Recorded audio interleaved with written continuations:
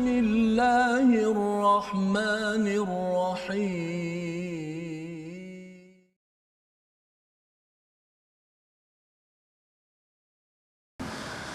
أعوذ بالله من الشيطان الرجيم.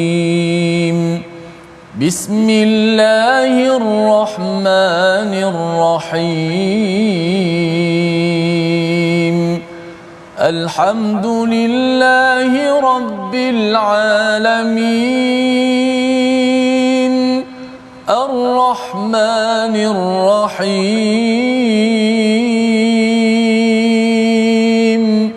مالك يوم الدين إياك نعبد وإياك نستعين اهدنا الصراط المستقيم صراط الذين أنعمت عليهم غير المغضوب عليهم ولا الضالين.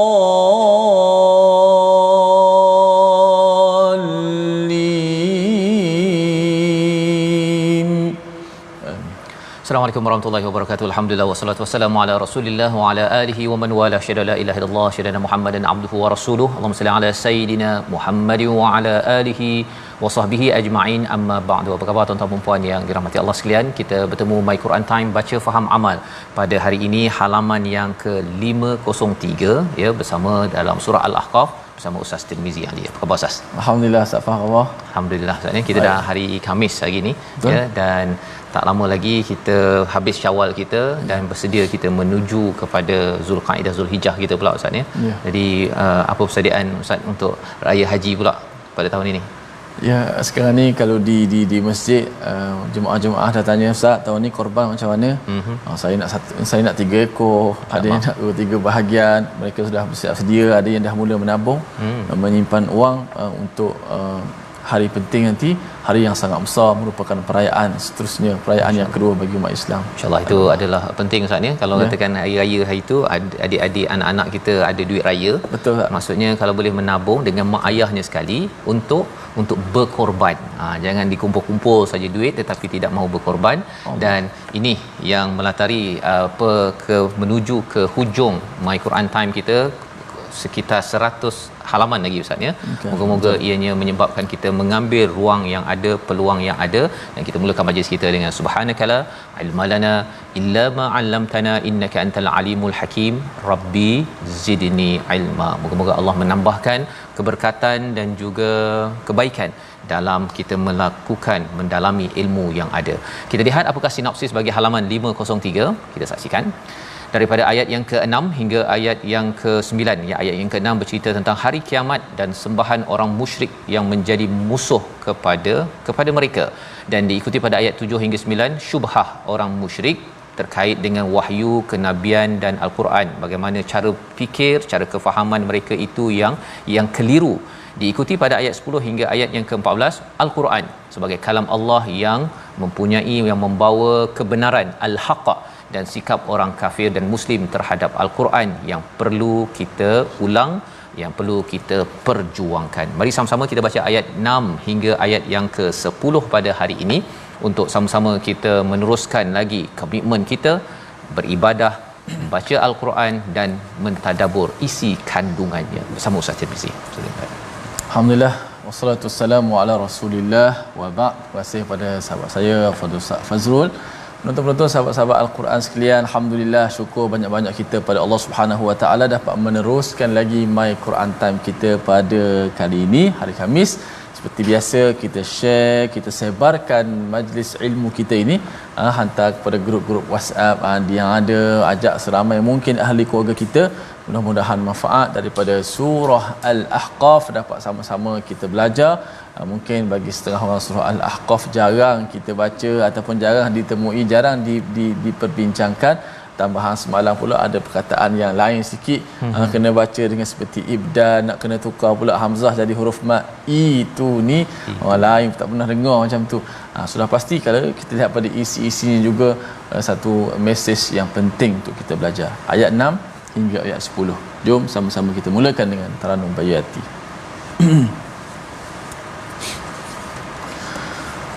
A'udzu billahi minasy syaithanir rajim.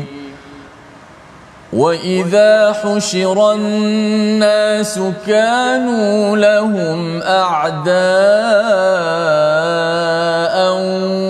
wa kanu bi'ibadatihim kafirin. وَإِذَا تُتْلَى عَلَيْهِمْ آيَاتُنَا بَيِّنَاتٍ قَالَ الَّذِينَ كَفَرُوا لِلْحَقِّ لَمَّا جَاءَهُمْ هَذَا سِحْرٌ مُبِينٌ أَمْ يَقُولُونَ افْتَرَاهُ قُلْ إِنِ افْتَرَيْتُهُ فَلَا تَمْلِكُونَ لِي مِنَ اللَّهِ شَيْئًا هُوَ أَعْلَمُ بِمَا تُفِيضُونَ فِيهِ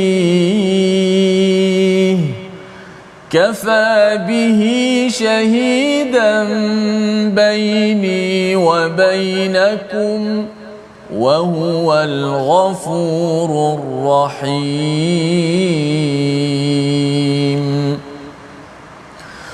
قُلْ مَا كُنْتُ بِدْعًا مِنَ الرُّسُلِ وَمَا أَدْرِي مَا يُفْعَلُ بِي وَلَا بِكُمْ إِنْ أَتَّبِعُ إِلَّا مَا يُوحَى إِلَيَّ وَمَا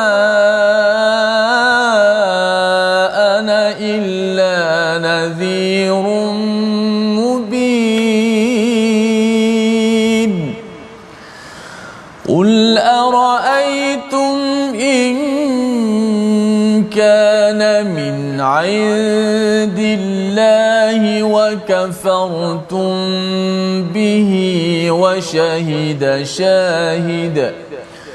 وشهد شاهد من بني إسرائيل على مثله فآمن واستكبرتم إن الله لا يهدي القوم الظالمين. صدق الله. Surah Al-Azim, itulah bacaan ayat yang ke-6 hingga ayat yang ke-10 untuk sama-sama kita menyambung surah Al-Ahqaf, surah yang terakhir daripada surah yang kita lihat. Kalau selepas ini surah yang ke-47 surah Muhammad, ya, tidak ada lagi Hamim, Ustaz, ya. Jadi surah Al-Ahqaf ini adalah surah akhir daripada kumpulan Hawamim yang mengingatkan kepada kita bahawa kita perlu beriman kepada Al-Quran dan mengapa Quran itu penting, kita akan bincang selepas ini. Tetapi di akhirat nanti dikumpulkan semua manusia, kanu lahum a'da'a, iaitu mereka berhala itu akan menjadi musuh, ya, menjadi musuh. Dan kita kena faham bahawa bila bercakap tentang berhala ini bukan sekadar yang batu tu saja, Ustaz, ya. Itu satu, tapi ideologi, dan lebih daripada itu ideologi yang dibawa oleh manusia ataupun kadang-kadang lebih daripada itu wakanu bi'ibadatihim kafirin, iaitu semua berhala-berhala yang disembah itu dia kafir, iaitu dia mengingkari segala ibadah, segala ketundukan yang dibuat oleh manusia kepada mereka, ya. Sama ada pada berhala pun boleh bercakap, dia kata apa pasal kau sembah aku, contohnya. Dan yang keduanya, kalau ada yang sembah kepada Nabi Isa, saatnya masuk agama Kristian, kata Nabi Isa ni anak Tuhan lah, dia pergi kepada kubur, dia kata kubur ni boleh tolong dia untuk jadi kaya, jadi macam-macam. Pada waktu itu ialah Nabi Isa pun cakap tak ada pula ya, tak ada pula saya menyeru mereka ini untuk mengabdikan diri kepada Nabi Isa ataupun mana-mana tokoh wali dan sebagainya. Jadi ini adalah perkara yang berlaku di akhirat. Allah bongkarkan untuk kita dapat berfikir secara lurus ya, secara matang. Wa idza tutla alaihim ayatuna, bila dibacakan ya, apa kesan bila kita bersama Quran ini, bila dibacakan ayat-ayat kami yang mempunyai kejelasan, mempunyai bukti yang jelas, cara berfikir yang bagus. Qalal ladzina kafaru lil haqq, ya, orang-orang kafir bercakap kepada kebenaran ini, lamma ja'ahum hadza sihrun mubin, ini semuanya sihir. Ini semua sihir. Dan ini kalau kita tengok sepanjang sejarah, memang cara orang-orang yang kufur kepada al-Quran kebenaran ini, mereka tak suka ustaz ya. Pasal apa? Pasal dalam Quran ini ada bayinat, ada hujah. Hujah ini cara berfikir lurus. Ya, bila kita pergi mahkamah kan ada hujah. Jadi yang salah, yang betul.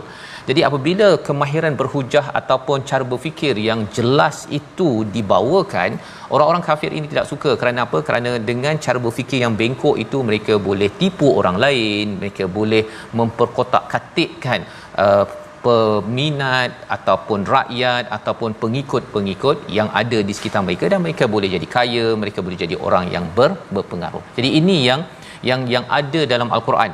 Bila kita selalu membaca al-Quran ini, cara berfikir kita itu akan diluruskan. Itu yang kita puji pada Allah dalam surah Al-Kahfi, lam yaj'al lahu iwaja, tidak ada kebengkokan di dalam al-Quran ini. Pada ayat yang ke-8, am yaqulu naftarah, ya, apa lagi yang mereka cakap, mereka tuduh pada nabi selain daripada sihir ini, pasal mereka tak ada point lain, mereka rasa macam memang mengkagumkan Quran, tetapi mereka tidak mahu iktiraf, maka mereka kata sihir saja.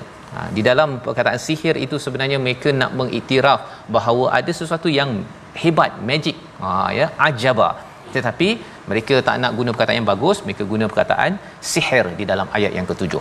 Selain itu mereka kata ini dibuat-buat. Nabi Muhammad ni buat-buat saja kitab ini, dan Allah ajar pada nabi, ajar kepada kita lah Ustaz. Kalau kita kata, ada orang kata alah Quran itu sebenarnya dibuat-buat saja kan, Muhammad, kalau saya di US dulu, dia kata Muhammad did it kan, yang buat perkara ini. Jadi diajarkan kepada kita, iniftaraituhu fala tamlikuna li minallahi syai'a, ya, jika aku mengada-adakannya, maka kamu tidak berkuasa sedikit pun menghindarkan aku daripada azab Allah. Maksudnya kalau aku buat tipu-tipu, ya, menipu, kalau Allah azab, kau tak ada boleh buat apa-apa pun, aku yang kena, bukan kau, kan. Jadi itu cara penghujahan yang diajarkan pada nabi.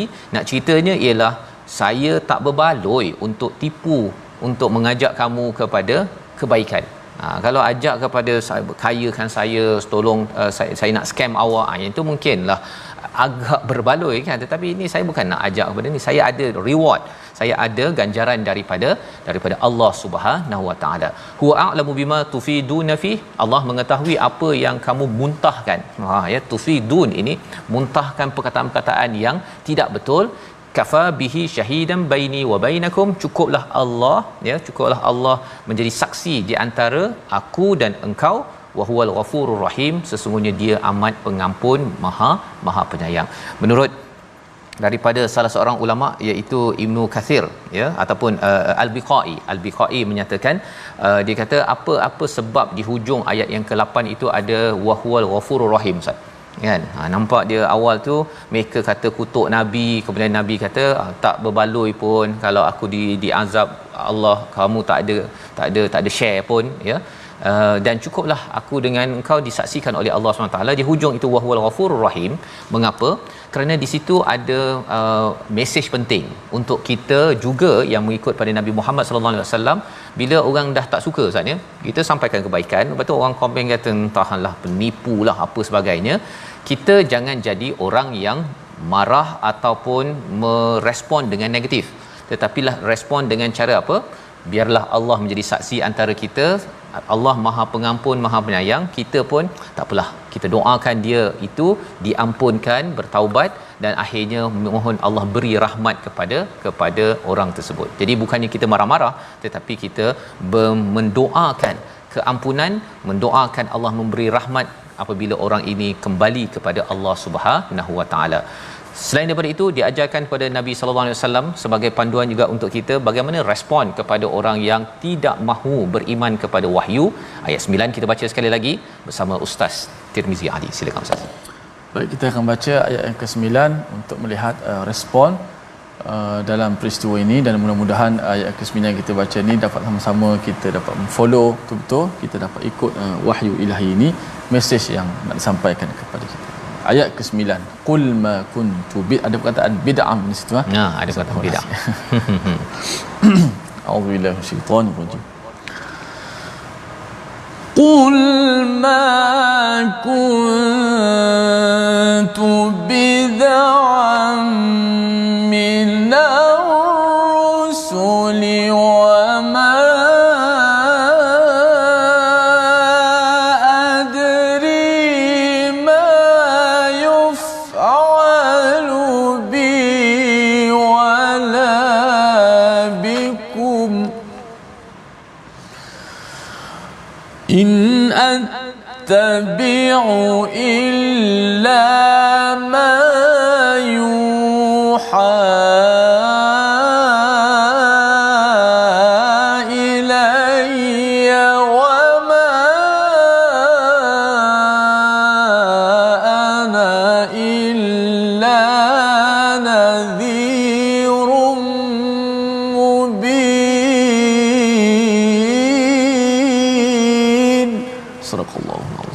Surah Al-Azim, katakanlah wahai Muhammad, aku bukanlah rasul yang pertama di antara rasul-rasul, dan aku tidak tahu apa yang akan dilakukan terhadapku dan terhadapmu. Aku hanya mengikuti apa yang diwahyukan kepadaku, dan aku hanyalah pemberi peringatan yang menjelaskan. Jadi ini cara Nabi diajarkan, ini juga yang kita perlu belajar. Aku bukanlah rasul yang pertama. Istilahnya ma kuntu bid'an minar rusul. Bid'an minar rusul ni maksudnya membuat bid'ah maksudnya. Membuat inovasi, cakap mesej yang saya sampaikan ni saya buat-buat, amalan yang saya bagi ni, solat ni buat-buat, baca buat-buat. Ini semuanya ada asas, dan asas ini bukannya bermula sekarang. Ia bermula seawal rasul-rasul yang terdahulu. Ada sejarah, ada sejarahnya, ada panduannya, dan Nabi diajar wama adri ma yuf'alu bi wala bikum. Aku tak tahu apa yang akan dilakukan oleh diriku dan oleh dirimu. Tak ada pula dengan apa yang disampaikan dalam al-Quran ini menyebabkan Nabi boleh baca orang lain, ya, boleh teka, okey, nanti 3 tahun lagi awak kena pakai kereta merah pasal tarikh lahir awak begini. Tak ada. Itu bukan diajarkan oleh Nabi sallallahu alaihi wasallam. Tak ada teka-teka ke depan. Yang diajarkan oleh Nabi, yang dibuat oleh Nabi, in attabi'u illa ma yuha ilai. Aku ni ikut wahyu je. Begitu je Ustaz ya. Jadi kalau kita ada orang kata penipulah, ya, kamu ni buat-buatlah, sebenarnya ada sejarah, boleh tengok sejarah. Dan saya ni ikut mana yang telah diarahkan oleh Allah, wa ma ana illa nadhirun mubin. Aku ini tidaklah kecuali menyampaikan, memberi nadhir, iaitu memberi peringatan dengan jelas dan terang. Jadi ini adalah tugas Nabi Ustaz ya. Ceritakan balik semula, dan tidak boleh pula saya yang si Rasul Nabi sallallahu alaihi wasallam claim lebih daripada apa yang mampu. Dan perjuangan Nabi adalah untuk mengingatkan manusia kepada Allah, kepada wahyu. Bukannya sila ikut saya, nanti undi saya. Bukan begitu. Ya, tak ada udang di sebalik mi. Sebenarnya Allah, Nabi sallallahu alaihi wasallam nak semua manusia ikut kepada Quran, kepada wahyu yang diberikan kepada Nabi sallallahu alaihi wasallam. Dan pelajaran untuk kita apa?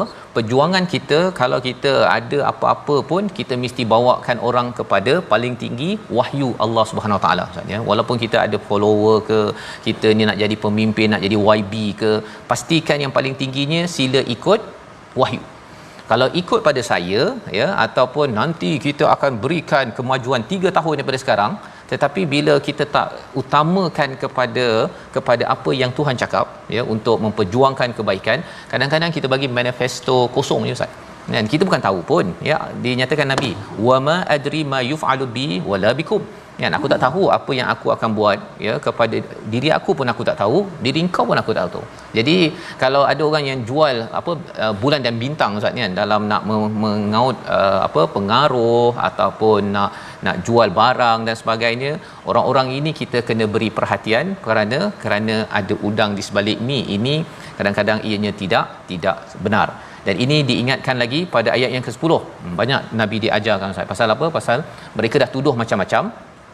Cara nak balas itu Allah beritahu, qul araaitum in kana min indillah wa kafartum bihi wa syahida syahidun min bani Israil ala mithlih. Ya, beritahulah aku apa pendapatmu jika sebenarnya al-Quran ini datang daripada Allah dan kamu mengingkarinya, padahal ada seorang saksi daripada Bani Israel yang mengakui kebenaran yang serupa dengan al-Quran, lalu dia beriman, tetapi kamu menyombongkan diri. Jadi ini argumennya. Apa pendapat kamu? Dia si ada pendapat lagi Ustaz ya. Memang kebenaran dah ada, tapi cara bercakap Nabi itu juga diajar. Sebagaimana kita belajar dalam surah Yasin, cara kita nak berhujah itu dia bukan main marah-marah saja. Ya, dalam surah Yasin dia ajar agar kalau yang teruk kembali pada kita, pada penceramah. Tapi kalau yang baik-baik serahkan kepada pendengar. Pasal apa? Tak nak kita menyakitkan hati pendengar dan mesej tak sampai. Itu yang kita belajar dalam surah Yasin. Dari sini dinyatakan, apa pendapat kamu? Kalau ada salah seorang daripada Bani Israel yang dia percaya kepada apa yang ada dalam Al-Quran ini. Salah seorang daripada Bani Israel yang dirakamkan dalam Al-Quran adalah Abdullah bin Salam yang berada di Madinah, ya. Dan kalau merujuk yang lama, kita bercakap tentang Nabi Musa alaihi salam. Kita akan sambung ya selepas ini, tapi kita lihat dahulu apakah perkataan pilihan pada episod kali ini. Bada'a, yang pertama, mengadakan sesuatu yang baru. 4 kali disebut di dalam Al-Quran, dan kefahaman kita tentang bada'a ini ialah sesuatu yang tidak ada asas, dan itu dinafikan oleh Nabi sallallahu alaihi wasallam. Dan inilah yang kita ingin jaga dalam hidup kita. Dalam masa yang sama, bukanlah kita melabel orang, oh orang ni buat bid'ah ya, orang ini bid'ah itu bukan kaedahnya. Kita menjaga diri kita daripada buat sesuatu yang tidak ada asas. Asas ni di mana? Daripada Quran, daripada sunnah, daripada nabi, sahabat yang pernah melalui jalan yang benar. Kita berehat sebentar, kembali My Quran Time, baca faham amal insya-Allah.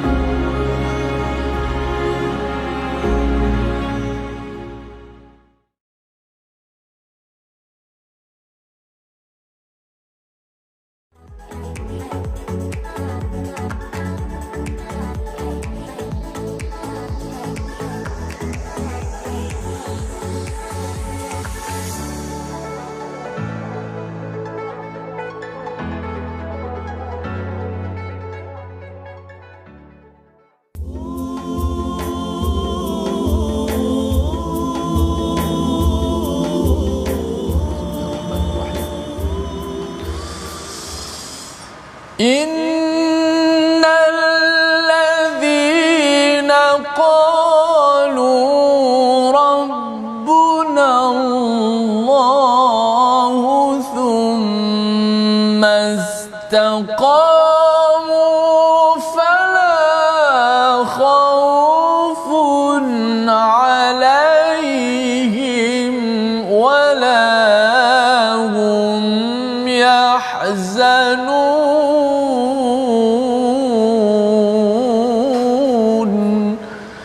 Sesungguhnya orang-orang yang berkata Tuhan kami adalah Allah, kemudian mereka tetap istiqamah, tidak ada rasa bimbang pada mereka dan mereka tidak pula bersedih hati. Inilah petikan ayat daripada ayat yang ke-13 surat 503, ayat yang saya kira sangat penting untuk dibicarakan pasca Ramadan ini, dan kita berada pada Syawal. Inilah ayat sebenarnya kekuatan kepada kita untuk bagaimana kita mencari formula untuk terus kita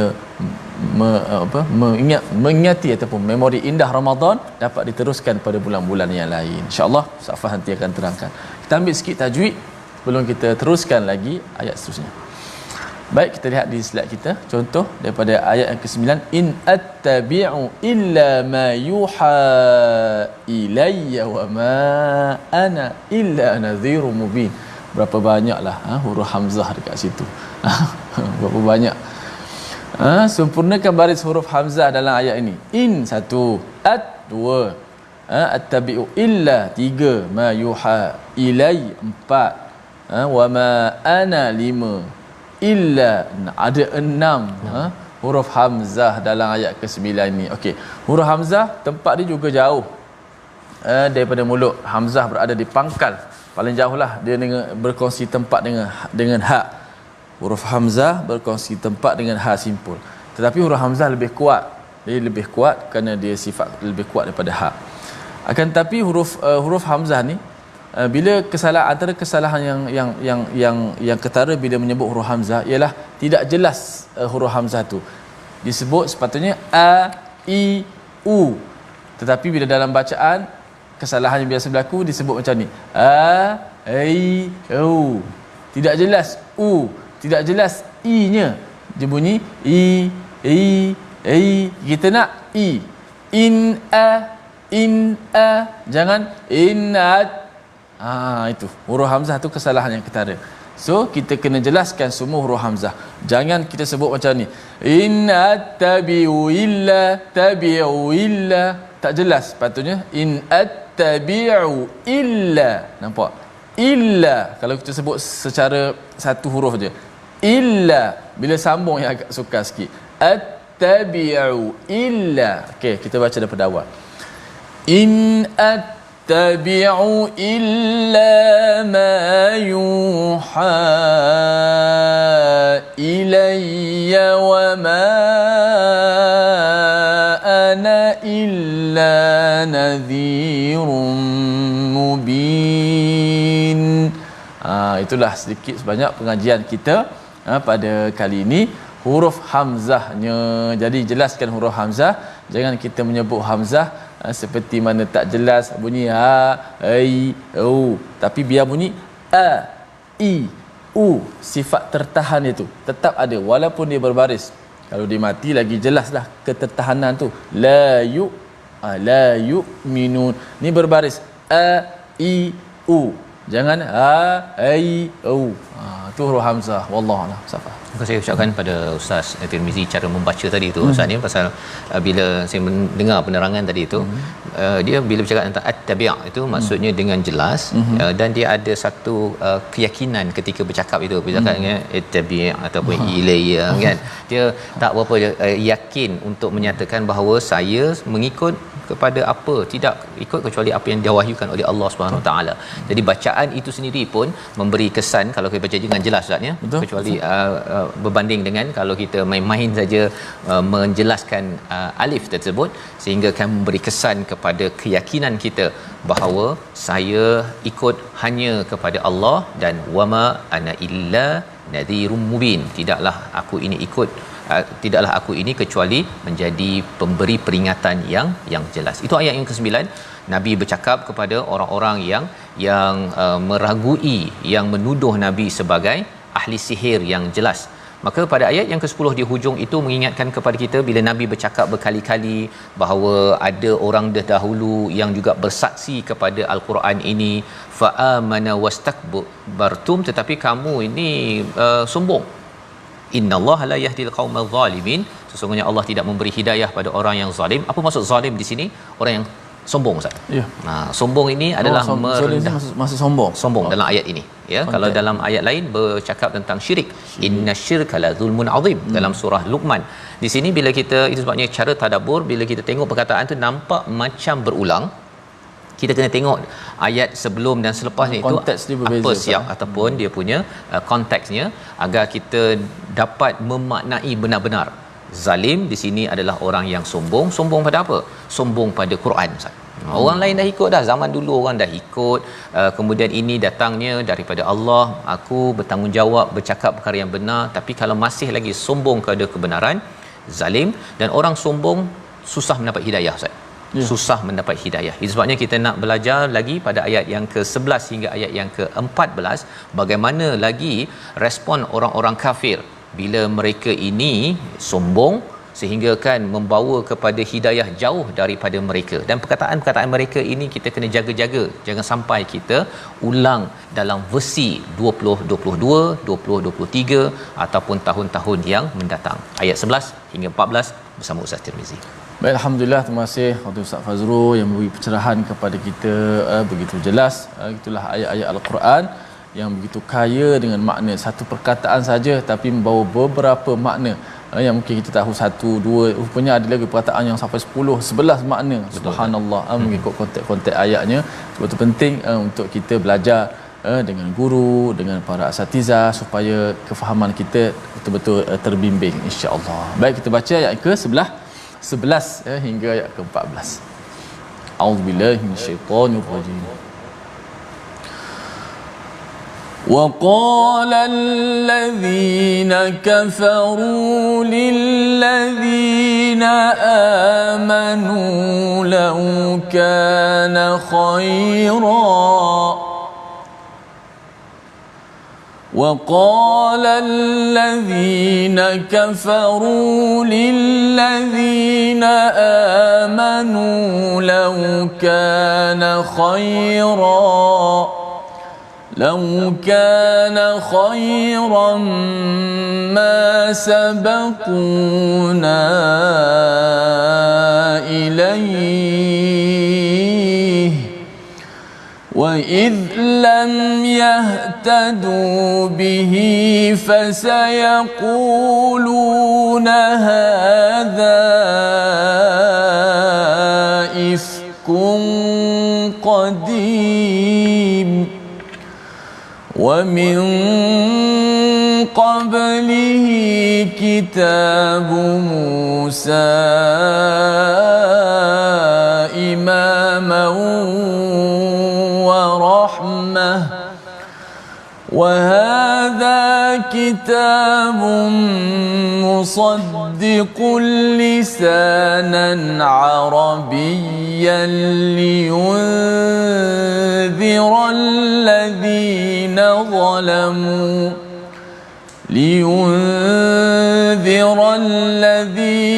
ظلموا وبشرى للمحسنين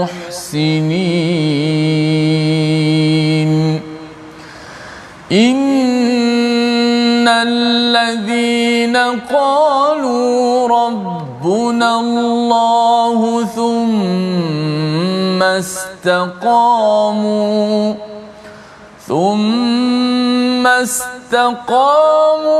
فلا خوف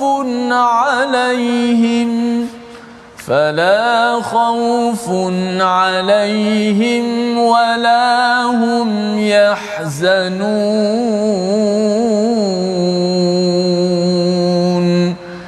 أولئك أصحاب الجنة خالدين فيها جزاء بما كانوا يعملون صدق الله العظيم. Surah Al-Azim ayat yang ke-11 hingga 14 kita menyambung kepada bagaimana kita memahami respon orang-orang yang kafir. Wa qala allazina kafaru lil ladzina amanu, orang kafir pada zaman Nabi itu bercakap kepada orang beriman, law kana khairan ma sabaquna ilaih, iaitu kalaulah ada kebaikan dalam al-Quran ni, kalau Quran ni ada kebaikan, kami ni dah mendahului dah mereka. Siapa mereka itu? Masabaquna ilaih, iaitu kepada orang-orang miskin seperti Bilal, seperti Habbab, seperti Ammar, seperti siapa lagi? Suhaib misalnya. Kalau di Mekah itu mereka orang-orang miskin, orang-orang yang tak berapa tinggi pangkatnya, ini dahulu yang mengikut Nabi. Jadi orang-orang yang sombong, dia kata apa? Kalaulah Quran ni ada kebaikan, ada nilai berbaloi untuk kami ikut dulu. Kan? Berbanding dengan mereka. Jadi mereka dahlah pergi kecilkan orang yang ikut keimanan, kemudian dia cakap Quran ni kalau ada kebaikan. Sombong sangat Ustaz ni. Dahlah dia memperkecilkan Quran, memperkecilkan orang yang ikut Quran. Jadi dalam kehidupan kita ini jangan sampai kita tengok kalau orang yang baca Quran ni geng-geng elit, orang kaya, saya pergi. Kalau orang biasa-biasa ni saya tak masuk geng ini pasal saya pembaca Quran geng elit. Itu jangan diwujudkan ya, kerana dengan Quran ini kita sama, dan bila mereka cakap begini, kesombongan itu menyebabkan mereka itu tidak mendapat hidayah. Wa idh lam yahtadu bihi fasayaquluna hadza ifkun qadim. iaitu kerana mereka tidak mendapat hidayah tersebut, mereka sampai sanggup menyatakan ini adalah kebohongan yang awal, orang lama punya cerita, tak relevan untuk kami. Itu istilah zaman ini. Jadi tuan-tuan, pada ayat 11 ini membongkar kepada rahsia orang yang sombong dia akan tidak diberi hidayah. Bila orang itu tidak diberi hidayah, orang ini selalu merasakan Quran ini tidak relevan. Dia merasakan bahawa ini 1400 tahun punya perkataan, tidak berkait dengan bisnes saya, keluarga, kebahagiaan keluarga saya, untuk saya maju. Ia tidak nampak perkara tersebut.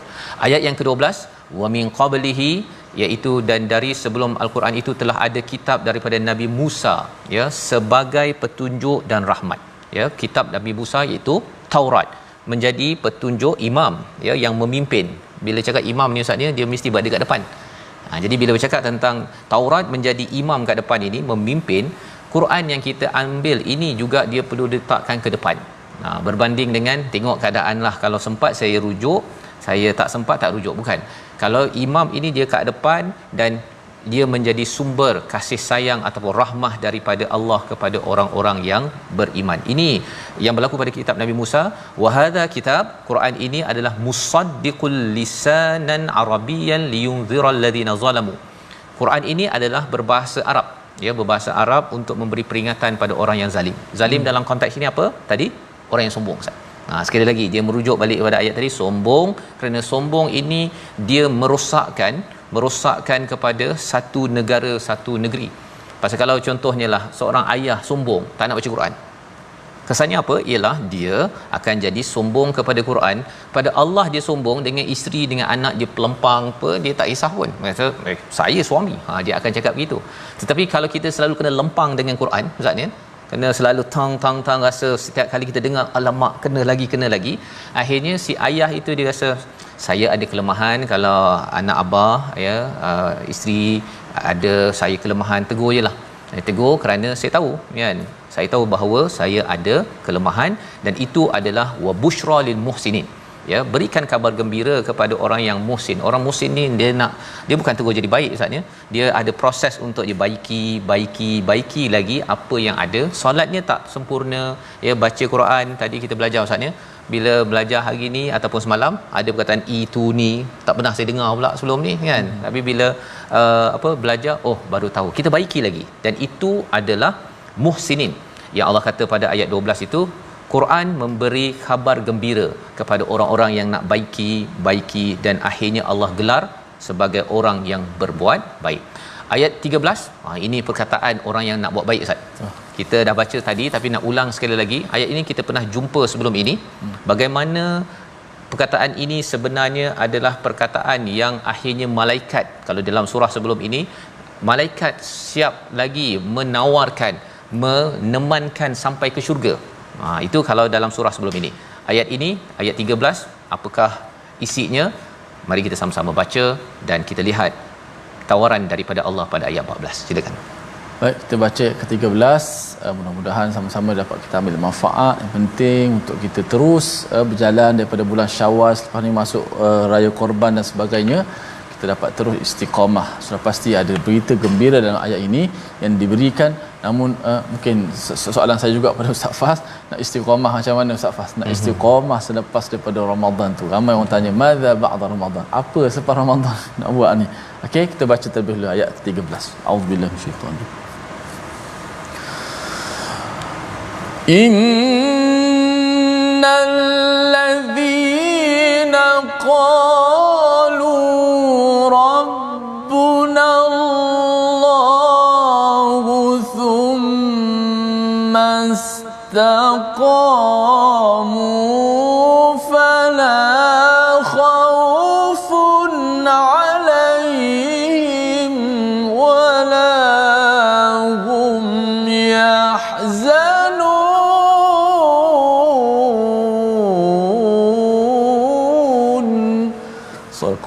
Sesungguhnya orang-orang yang berkata Tuhan kami adalah Allah, kemudian mereka tetap istiqamah, tidak ada rasa bimbang pada mereka dan mereka tidak akan bersedih hati. Inilah ganjaran kepada mereka yang pertama menyatakan apa? Rabbunallah, Tuhan kami adalah Allah Subhanahu Wa Taala. Maksudnya, Ustaznya, ini bab tauhid.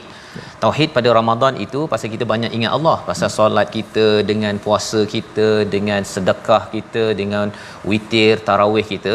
Rabbunallah kita pada Ramadan itu banyak. Jadi kesannya itu dia memberi kita istiqamah. Ya, dan kita istiqamah, satu kita konsisten, tapi yang keduanya istiqamah ni berkaitan qama. Iqamah itu kita cuba untuk selalu mendirikan agama dalam diri kita. Itu kesan apabila kita bercakap tentang thummastaqamu, ya, di mana kita istiqamah cuba untuk mendirikan. Dan bila kita berdiri kita kena sedar, maksudnya kena sedar diri kita. Jadi kita kena sentiasa tahu bahawa okey, saya ni di bulan Syawal, saya masih ada Allah Rabbunallah yang sama, maka saya akan terus mendirikan apa sahaja kebaikan yang saya pernah buat pada bulan Ramadan. Dan lebih daripada itu, bila bercakap tentang Rabbunallah ini, kalau dalam bulan Ramadan ada tarawih, maksudnya tarawih dan witir. Tarawih sekarang tak ada, tapi witir ada lagi. Jadi kita cuba kekalkan witir kita, ya. Pada Ramadan ada tahajud, ya. Sebenarnya boleh kita ambil, kalau tak pun 8 rakaat, kita ambil 2 rakaat. Kita ambil, kita tak ada puasa yang wajib, puasa sunat, Ustaz. Bukan mudah kan pasal nak puasa, tetapi taklah sampai sepanjang bulan. Dan ini kita tengok Ramadan, kita ambil dos yang kecil untuk kita teruskan, maka itulah istiqamah yang ganjarannya tidak ada takut, tidak ada sedih. Ulaika ashabul jannah khalidina fiha jazaa'an bima kanu ya'malun. Mereka mendapat syurga, kekal dalamnya, ganjaran kepada mereka yang beramal. Ada soalan, maksudnya ada soalan, katanya dalam hadis Nabi, tiada seorang pun dari kalian masuk syurga kerana amalnya. Allah. Tapi dalam ayat ini jazaa'an bima kanu ya'malun, balasan bagi mereka yang beramal. Jadi kita kena sedar ini pujian Allah kepada mereka yang beramal. Tapi kita ketika beramal, kita kena sedar bahawa amal saya pun dibantu oleh Allah, dan amal saya pun banyak tidak sempurna. Yang kita doa, Allah berikan bantuan keampunan kepada kita. Jadi kita sedar dirilah, tak ada pula kita saya dah beramal Allah, saya nak syurga. Itu bukan kaedahnya. Ayat 14 ini sebagai pujian pasal kita berusaha. Ya'malun itu berusaha beramal, dan salah satunya dengan kita membaca Al-Quran. Jadi kita doakan kita istiqamah, dan salah satu istiqamah kita ini kita sudah berada pada juz yang ke-26 dengan usaha pihak ni Ustaz ya, yang production, ya, cameraman, abang-abang cameraman yang belakang kita, yang nampak kita berdua, ya, termasuk juga yang mengelolakan, salah seorangnya adalah Puan Marhaini Yusof, sekarang ini di ward Ustaz ya, di hospital.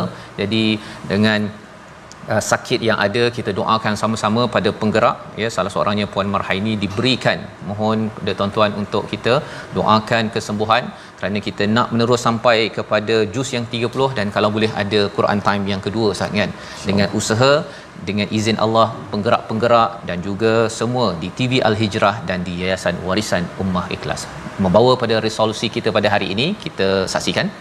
Yang pertama, kita teruskan mesej dakwah agar syiar Islam terus tersebar.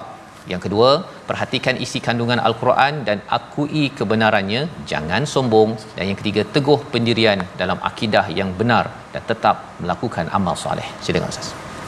Bismillahirrahmanirrahim. Alhamdulillah wassalatu wassalamu ala Rasulillah wa ala alihi wasahbihi ajma'in. Ya Allah, Tuhan kami mohon kepada-Mu ya Allah, ampunkanlah dosa-dosa kami ya Allah, ampunlah segala salah silap kami ya Allah. Berikanlah kesabaran kepada kami untuk sentiasa kami mengikut sunnah Nabi kami Muhammad sallallahu alaihi wasallam, perjuangkan Al-Quran Karim ya Allah. Ya Allah, sembuhkanlah sahabat-sahabat yang sakit di kalangan kami ya Allah. Ya Allah, sembuhkanlah sahabat-sahabat kami yang sakit di kalangan kami ini ya Allah. Antaranya Puan Marhaini Yusof ya Allah, yang merupakan penggerak utama dalam rancangan My Quran Time ini. Moga-moga diberikan kesihatan, kesembuhan yang segera ya Allah, tanpa penderitaan ya Allah. Berilah kebaikan kepadanya ya Allah, dan berilah ganjaran pahala kepadanya di atas ujian ini. Gantikanlah yang lebih baik ya Allah.